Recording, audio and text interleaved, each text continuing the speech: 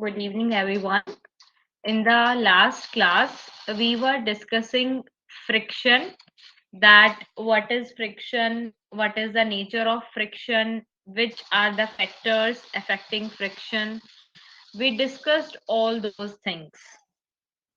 Today, we will get to know that friction, whereby helping us in some ways, it also creates harmful effect upon the life. हमेशा friction का positive role या positive effect नहीं होता है. सम वे somewhere कहीं ना कहीं friction की वजह से कुछ ना कुछ हार्म्स भी हो रहे हैं डेली लाइफ में. तो वो एक होता है ना कि something could be a friend और फो. कोई एनिमी भी हो सकता है और फ्रेंड की तरह भी बिहेव करेगा. फ्रिक्शन भी बिल्कुल ऐसा ही बिहेवियर शो करता है. That is why it is called a necessary evil. Necessary evil means positive effect है, जरूरी है ये हमें. डेली लाइफ के बहुत सारे ऐसे एग्जाम्पल्स होते हैं जहां पे फ्रिक्शन का पॉजिटिव रोल है, but it is evil also. Negative impact बहुत डाल रहा है ये, ऐसा भी होता है. अभी कैसे हो रहा है, हम उस नेसेसरी एविल बोल रहे हैं. एक तरफ ये भी बोल रहे हैं कि फ्रिक्शन जरूरी है, एक तरफ ये भी कह रहे हैं कि नेगेटिव इम्पैक्ट है. तो how is it happening? Let's see. You can see the diagrammatic representation of a person who is riding a bicycle. ये एक diagrammatic representation है उस person का who is riding a bicycle. इस बंदे का जो पुशिंग फोर्स है वो टुवर्ड्स द ए डायरेक्शन लग रहा है, as you can see. And as I told you in the last class, if the pushing force direction is this, तो ग्राउंड और बाइसिकल के बीच में एक फोर्स लगेगा जो इस साइकिल को रोकने की कोशिश करेगा. That force is the force of friction. यहाँ पे फ्रिक्शनल फोर्स लग रहा है in the opposite direction to the pushing force. अब एक सेकेंड डायग्राम देखो जहां पे एक बंदा है जो एक बॉक्स को अपनी तरफ खींचने की कोशिश कर रहा है. तो ये जो बॉक्स को खींचने की कोशिश कर रहा है ये पर्सन, ये उस साइड में यानी कि अपनी राइट साइड पे इस बॉक्स को खींचने की कोशिश कर रहा है. इसका पुशिंग फोर्स लग रहा है towards right side, but the box is creating the frictional force between the surface and the box. जिस सरफेस पे बॉक्स रखा है उस सरफेस से इस बॉक्स के और सरफेस के बीच में फ्रिक्शनल फोर्स लग रहा है टुवर्ड्स द लेफ्ट साइड. तो अब इससे क्या हो रहा है, how can we prove that the friction is a necessary evil? I have shown you two examples. Because the friction is a force exerted by a surface against the motion of a body across its surface, so although is necessary can be excessive sometimes. ये क्या कह रहा है कि friction वो force है जो किसी सरफेस द्वारा एक्सर्ट किया जाता है against the motion of the body across its surface. कोई बॉडी अगर कहीं पे रखी है, किसी सरफेस के ऊपर अगर एक बॉडी रखी है, ये बॉडी रखी है, ये एक सरफेस है यहाँ पे रखी है, मैं इस बॉडी को मूव करना चाहती हूँ लेफ्ट साइड, तो यहाँ पे फ्रिक्शन का फोर्स लग रहा है. ठीक है, फ्रिक्शन का फोर्स लगेगा, कभी कभी वो हमें हेल्प करेगा, बट कहीं ना कहीं अगर वो बहुत ज्यादा एक्सेसिव हो गया, जितना जरूरी है उससे ज्यादा एक्सेसिव हो गया, तो वो नेगेटिव इम्पैक्ट भी डालेगा. क्योंकि हम किसी बॉक्स को फॉर एग्जाम्पल खींचना चाहते हैं हमारी साइड, तो आराम आराम से उस बॉक्स को खींचेंगे हम. कभी कभी क्या होगा, पुश बहुत ज्यादा लग जाएगा, हो सकता है हमारा फोर्स बहुत ज्यादा हो गया. अब उस केस में अगर फ्रिक्शन नहीं एक्ट कर रही है, तो वो फोर्स हो सकता है बहुत जोर से जो लगेगा, तो बॉक्स हमारी तरफ आके एकदम से गिर जाए, या जहां तक हमें उसको खींच के लेके जाना है उससे ज्यादा चला जाए, because the pushing force is very high, so the friction is necessary. But कभी कभी अगर वो बहुत ज्यादा एक्सेसिव हो गई, फॉर एग्जाम्पल जो हमारा फ्रिक्शनल फोर्स है, ये जो आपको मैंने बॉक्स ही दिखाया, यही की बात करते हैं, इसमें जो फ्रिक्शनल फोर्स है वो बहुत ज्यादा हो गया हमारे पुशिंग फोर्स से, तो इस केस में क्या होगा, जो बॉक्स है वो स्टॉप हो जाएगा. बॉक्स को खींचने ही नहीं देगी फ्रिक्शन, क्योंकि ज्यादा हो गई पुशिंग फोर्स से। तो इसीलिए फ्रिक्शन नेसेसरी तो है, बट कभी कभी वो एक्सेसिव भी हो जाती है। तो पॉजिटिव इम्पैक्ट भी है, नेगेटिव इम्पैक्ट भी है। Now through some daily life examples we will be going to learn how friction is positive, how the friction is negative. Now the question is it easier to hold a cooler or the earthen pot or a glass tumbler? Can anyone answer me? Can anyone among you just unmute yourself and answer me कि आपने कभी कुल्हड़ या फिर earthen pot देखा है? अगर देखा है तो आप मुझे ये बताओ कि क्या उसको हमेशा पकड़ना इजी होता है? Is it easy to hold a kullad or earthen pot or a glass tumbler? No, man. Absolutely. Yes, Muskan. Is it easier to hold a kullad or earthen pot or a glass tumbler? Do you have any idea about it? Ma'am, your voice is not audible. Not audible now? Ma'am, your voice is not coming low. Wait.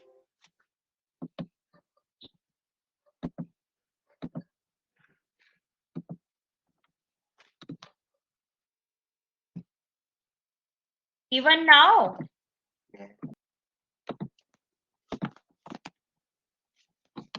हाँ, तो I was at the question that is it easier to hold a kullad or earthen pot or a glass tumbler?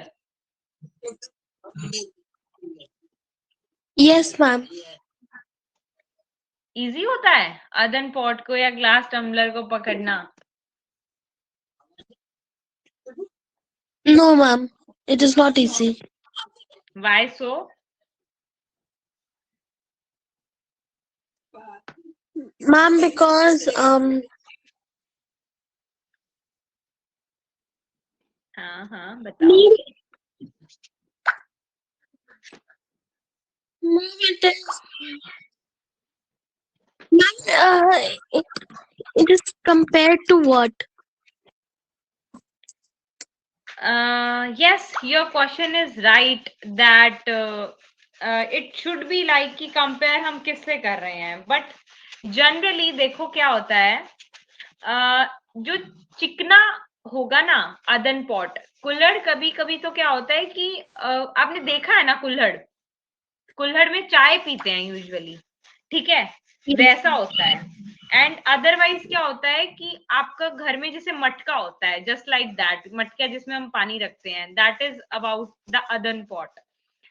उनको पकड़ना comparatively difficult होगा अगर वो गीले होंगे, तो अगर स्मूथ सरफेस है तो. अगर तो वो पक गए हैं कि बहुत टाइम हो गया है उनको रखे हुए, तो it is easy to hold them. Otherwise अगर उनका स्मूथ सरफेस होगा तो स्मूथ सरफेस को पकड़ना थोड़ा डिफिकल्ट होता है, बट अदरवाइज आप उसको आराम से पकड़ भी लेते हो. ठीक है, जब नॉर्मल आपके जो घर की बात हो रही है वहां पे आप उसको आराम से पकड़ सकते हो. देन सेकंड है, would it be possible to hold the glass at all if there is no friction? अब यहाँ बात है कंपैरिजन की, जो आपका क्वेश्चन था कि कंपेयर टू व्हाट. अगर ग्लास टम्बलर आप पकड़ पा रहे हैं जिसके अंदर पानी है, तो अगर तो फ्रिक्शन है तो आपने उसको पकड़ लिया. अगर सोचो ग्लास टम्बलर और पानी के बीच में फ्रिक्शन ना होती तो वो ग्लास होल्ड ही नहीं कर पाएगा उस पानी को. क्या ऐसा ही होगा? Yes, ma'am. Ma'am, but creating zero friction is not possible. या creating zero friction is not possible. And इसीलिए इसने आपको बोला कि अगर कोई फ्रिक्शन होगी ही नहीं तो क्या आप ग्लास को होल्ड कर पाओगे? No, ma'am. That is where the role of friction comes. Okay. Okay. Yes, ma'am. Then how difficult it is to move on a wet muddy track और वेट मार्बल फ्लोर? कोई wet muddy track होता है या wet marble floor होता है तो उसके ऊपर मूव करना डिफिकल्ट होता है। ये मैंने फर्स्ट क्लास में भी डिस्कस किया था जब हम फ्रिक्शन का इंट्रो कर रहे थे कि कोई स्मूथ Yes, बहुत ma'am. ज्यादा स्मूथ सरफेस या है अगर या कीचड़ है कहीं पे तो उस पे चलना बहुत ज्यादा डिफिकल्ट होता है। Yes, ma'am. यहाँ पे Ma'am, फ्रिक्शन का रोल है। Then can you imagine being able to walk at all if there were no friction? ठीक है, डिफिकल्ट हो रहा है if you have a wet muddy track या वेट मार्बल फ्लोर है तो डिफिकल्ट हो रहा है मूव करने के लिए, लेकिन मूव तो कर पा रहे हो। अब अगर वहां पे फ्रिक्शन होगी ही नहीं तो आप वॉक ही नहीं कर पाओगे क्योंकि आपके जो शूज हैं और जो सरफेस है उसके बीच में फ्रिक्शन ही नहीं होगी तो फ्रिक्शन फिर कैसे मूव करेंगे? ma'am, ma'am, but if we are already walking, ma'am, then we will not be able to stop if there is zero friction. हाँ, और you won't be able to stop as well as आप walk कर भी नहीं पाएंगे क्योंकि जो muddy floor है उसमें भी वाटर और जो पार्टिकल्स है मड के उनके बीच में फ्रिक्शन है। Okay. है ना? आपकी जो बात Yes, है वो ma'am. बिल्कुल सही है कि आप स्टॉप नहीं कर पाओगे अगर जीरो फ्रिक्शन होगी तो, लेकिन अगर Yes. फ्रिक्शन नहीं होगी तो आप चल भी नहीं पाओगे। दोनों ही चीजें हैं। Okay, ma'am. Because you have this floor. Okay, ये आपके Hmm. पास फ्लोर है, यहाँ पे मड है, मड के ऊपर वाटर है, ये वाटर कंबाइंड है मड के साथ। मड तो वाटर के और सैंड के कॉम्बिनेशन को ही बोलेंगे हम, ये तो ड्राई सैंड है मान लो, और यहाँ पे आपका वाटर है तो मड बन गया। ठीक है, यहाँ पे आप वॉक कर रहे हैं, ये आपके पाँव है, देखो कितनी जगह फ्रिक्शन है। आपके पाँव का जो सरफेस है और ये जो मड है इनके बीच में फ्रिक्शन है, वाटर ने मड को होल्ड कर रखा है, उसके बीच में फ्रिक्शन है, ये मड सरफेस के ऊपर है, यहाँ पे फ्रिक्शन है। तो there are so many frictional force acting between the surfaces, क्योंकि फ्रिक्शन तो उस हर जगह पे एक्ट करेगी जहां पे बात दो सरफेस की हो रही है। अब यहाँ पे हर तरह का सरफेस प्रेजेंट है तो हर तरह की फ्रिक्शन होगी। दैट इज वाई आपके लिए मडी ट्रैक पे मूव करना डिफिकल्ट तो होगा अगर एक्सेसिव फ्रिक्शन है तो, लेकिन अगर जीरो फ्रिक्शन हुई तो स्टॉप करना भी डिफिकल्ट होगा। That is where the role of friction comes. Okay, ma'am. ये बताओ, मैं लिख पा रही हूं है ना, you are able to see what I am writing, मैंने स्टाइलस का यूज किया हुआ है। ठीक है, तो अब प्रॉब्लम कहाँ होगा? यहाँ पे आप मेरे को देख पा रहे हो लिखते हुए, I am writing something something, for example I have write muskaan. मुस्कान देख पा रही है कि मैं मुस्कान का नाम लिख रही हूँ, अवन्या देख पा रही है मैंने अवन्या का नाम लिखा, रायना देख पा रही है कि मैंने रायना का नाम लिखा। ये सब किससे हो रहा है? Is it not the role of friction? क्या ये फ्रिक्शन नहीं है? Ma'am, आप hai. स्क्रीन पे है ना, मैं आप स्क्रीन पे पीपीटी देख पा रहे हैं वो ओके है, वो तो मैंने लिख दिया, वो आपको दिख रहा है, बट जो अभी वर्किंग है हम ऑनलाइन पढ़ रहे हैं उसके बाद भी you are getting a feeling of a black board thing. I am able to write and you are able to see it live, live चल रहा है कुछ हमारे बीच में जैसे फिजिकल क्लासरूम में होता है ब्लैक बोर्ड। तो ये कहाँ पे फ्रिक्शन एक्ट कर रही है? जो मैंने बोर्ड लिया हुआ है उसके ऊपर जो स्टाइलस या पेन चल रहा है उस स्टाइलस और उस बोर्ड के बीच में फ्रिक्शन है, जैसे आपके क्लासरूम में चौक और ब्लैक बोर्ड के बीच में फ्रिक्शन होता है and people are able to see that. You get it? Yes, ma'am. Yes, ma'am. Great. So these are the same points that I have written, that you could not write with pen or pencil if there were no friction. आप pen या pencil से अपने paper पे नहीं लिख सकते अगर कोई फ्रिक्शन नहीं होगी तो। जब आपके टीचर राइट कर रहे हैं चौक से ब्लैक बोर्ड पे तो उसका जो रफ सरफेस होता है वो रब ऑफ हो जाता है, वो रब ऑफ कर देता है कुछ चौक पार्टिकल्स को which stick to the black board. कभी कभी अब आपने ऐसा देखा होगा कि जो बहुत ज्यादा ब्लैक बोर्ड के ऊपर चिपक जाते हैं, कुछ पार्टिकल्स स्टिकी स्टिकी रह जाते हैं, वो जो ब्लैक बोर्ड का रफ सरफेस है वो उनको रब ऑफ कर देता है। तो अगर चौक और बोर्ड के बीच में फ्रिक्शन नहीं होगी तो वो पार्टिकल रब ऑफ नहीं होंगे और टीचर लिख भी नहीं पाएगा। लिख पा रहे हैं क्योंकि फ्रिक्शन है, और आप उसको साफ कर पा रहे हैं वो भी इसीलिए क्योंकि उनके बीच में फ्रिक्शन है। अगर फ्रिक्शन नहीं होगी तो वो स्टिकी ही रह जाएंगे उसके ऊपर। एक बार लिख दिया मतलब लिख दिया, उसके बाद नहीं उतरेगा। Just like that. So if Okay. an object started moving, it would never stop if there were no friction. बेटा एक मिनट होल्ड करना, एक मिनट।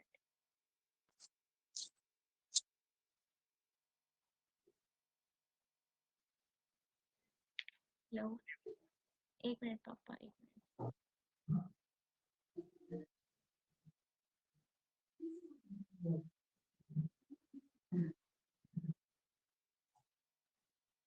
हेलो, हाँ पापा, लाइब्रेरी, हाँ मतलब साइड में, वॉशरूम के साइड।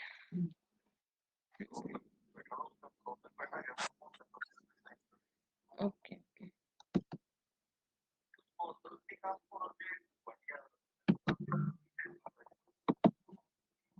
इनको, हाँ मतलब ये जो भेजे थे आपने बस इनको गया है।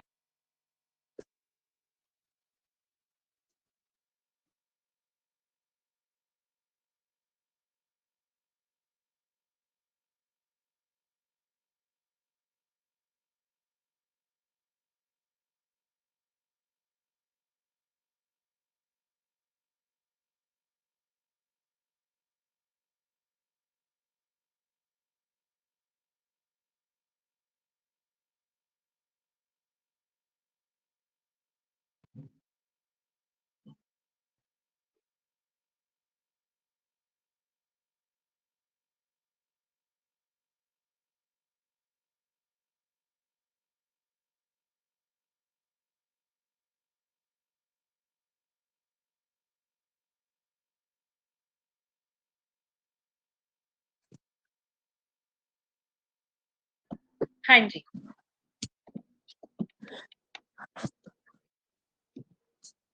So I was at कि if an object started moving, then what happens? It would never stop if there were no friction.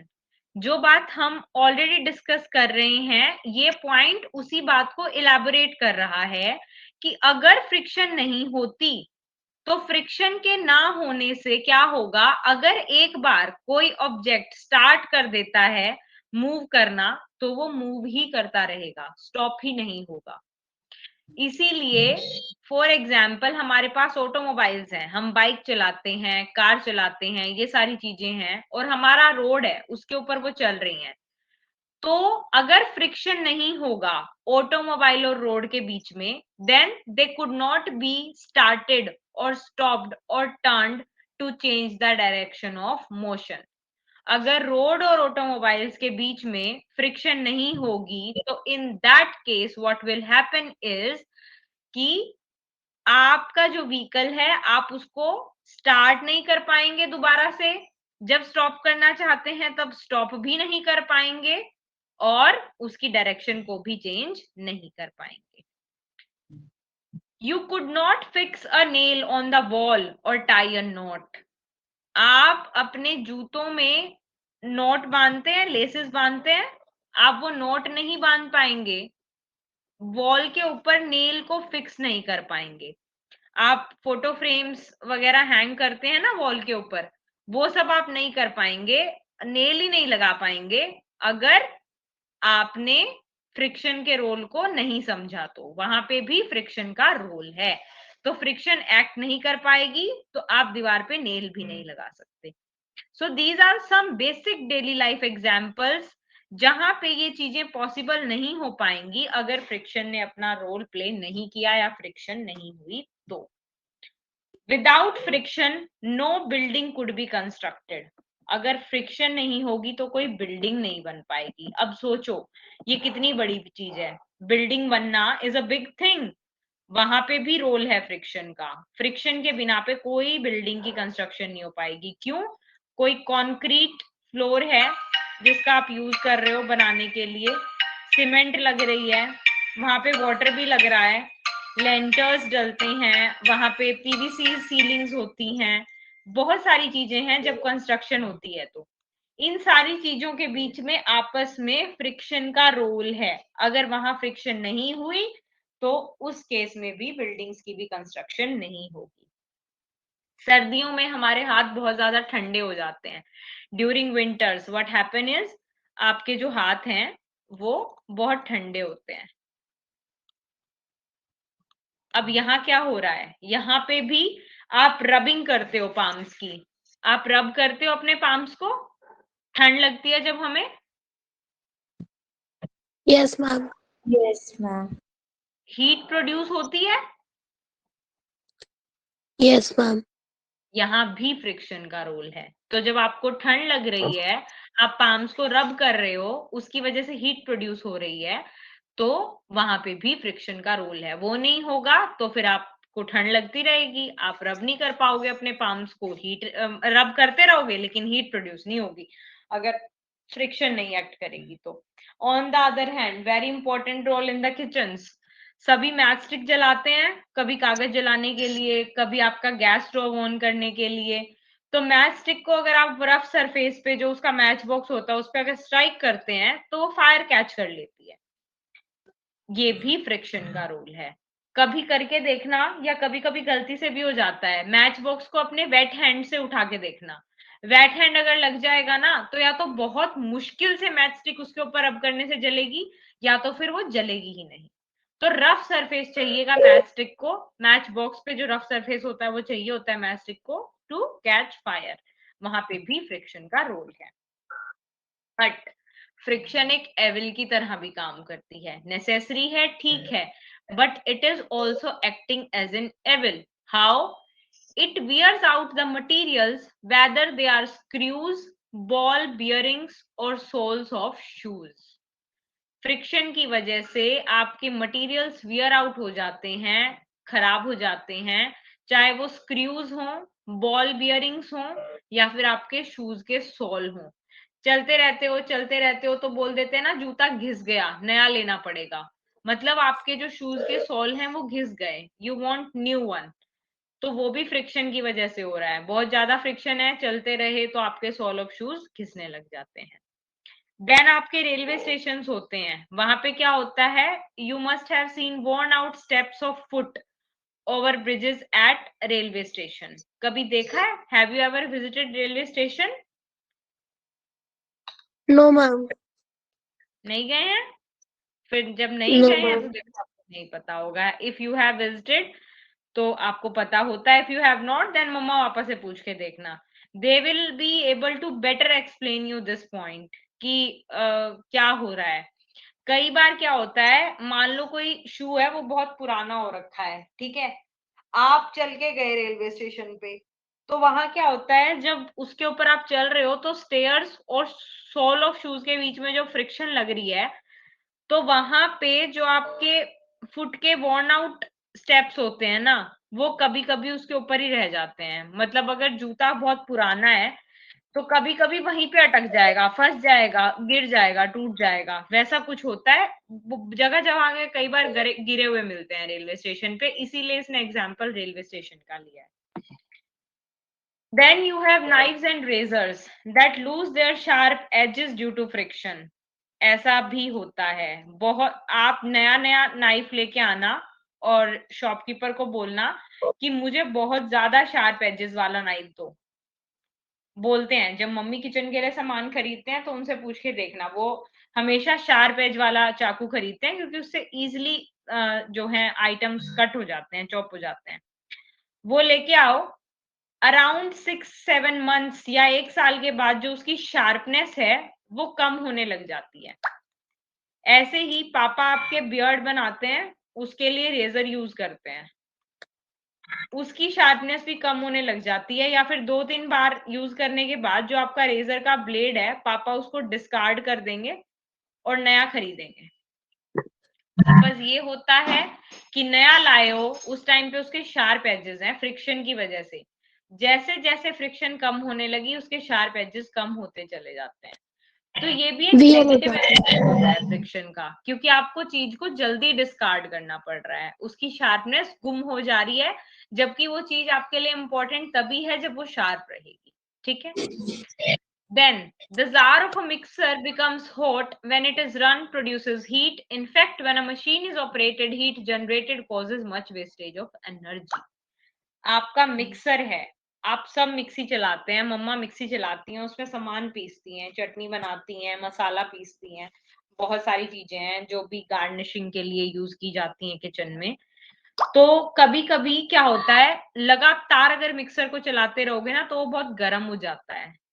और कभी कभी तो ऐसा होता है, कोई कोई हार्ड आइटम अगर है, जो आइटम ज्यादा रफ होगा या फिर जो ज्यादा हार्ड आइटम होगा, अगर उसको चला दिया मिक्सी को बहुत ज्यादा देर तक, अगर आपने मिक्सी को बहुत ज्यादा देर तक जब चला दिया, जब आपने कोई हार्ड या फिर रफ आइटम लिया हुआ है, जैसे एक आइटम होता है दालचीनी, दालचीनी को पीसो, लौंग होती है, लौंग को पीसो, ठीक है, या फिर काली मिर्च होती है, काली मिर्च के एज इट इज दाने होते हैं, ब्लैक पेपर, ठीक है, ब्लैक पेपर के दाने आते हैं, उनको भी घर में पीसा जाता है। ये ना बड़ी रफ सी चीजें हैं, हार्ड चीजें हैं, अगर इनको मिक्सी में डाल के मिक्सी को लगातार चला दिया, फॉर एग्जाम्पल 10 मिनट तक वो चीज पीसी हुई और 10 मिनट लगातार मिक्सी चला दी, तो कभी कभी खराब भी हो जाती है। क्यों हो रहा है? क्योंकि वहां पे फ्रिक्शन का रोल है, तो हीट प्रोड्यूस हो जाती है।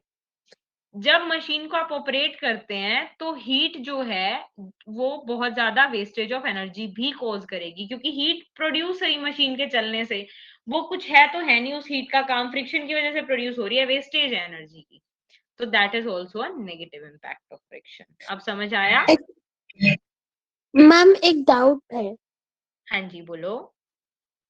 मैम मिक्सी में जो ब्लेड्स होते हैं मैम वो भी वियर आउट हो जाते हैं फ्रिक्शन की वजह से?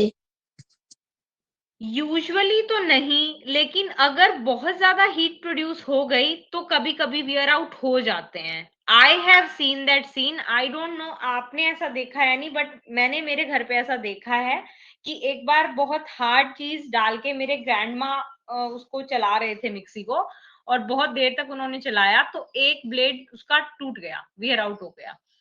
मैंने तो एक्चुअल में ऐसा देखा है, तो उसका भी रोल फ्रिक्शन पे ही है। ऐसा होता है जब आप बहुत लॉन्ग रन में उसको चला दोगे ना, अगर 10-15 मिनट तक आपने चला दिया और आपको ऑलरेडी पता है कि उसके अंदर कोई हार्ड रफ आइटम था और फ्रिक्शन ऑलरेडी प्रोड्यूस होने से पहले ही वो गर्म हो रहा है, जार उसको पकड़े हुए होते हैं, वैसे भी ऊपर नीचे से पकड़े हुए होते हैं ताकि सामान बाहर ना गिर जाए, तो आपको पता चल जाता है कि हीट ले रहा है।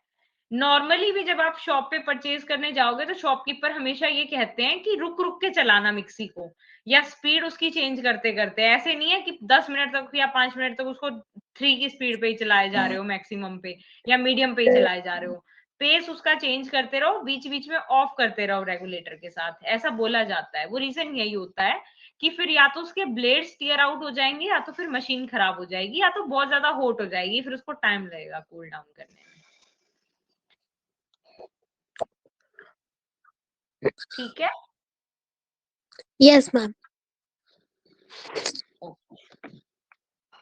So, with this, we are done with the topic from which a very important question is covered. ये क्वेश्चन आपके एनसीईआरटी में भी गिवन है और आपसे पेपर में पूछ लिया जाता है कि please explain how friction is a friend and foe all together, और the question could be explain how friction is a necessary evil, या आपसे पूछ लिया जाए कि tell the advantages and disadvantages of friction. So with some diagrammatic representations, you can write the points that are shown in the slide. कम से कम भी आप advantages में 10 के अराउंड पॉइंट्स लिख सकते हैं, और डिसएडवांटेजेस में भी आप 5-7 पॉइंट आराम से लिख सकते हो। इसके साथ आपको ये पता चलता है कि friction as an evil and as well as a friend और नेसेसरी थिंग कैसे वर्क करती है। With this we are done.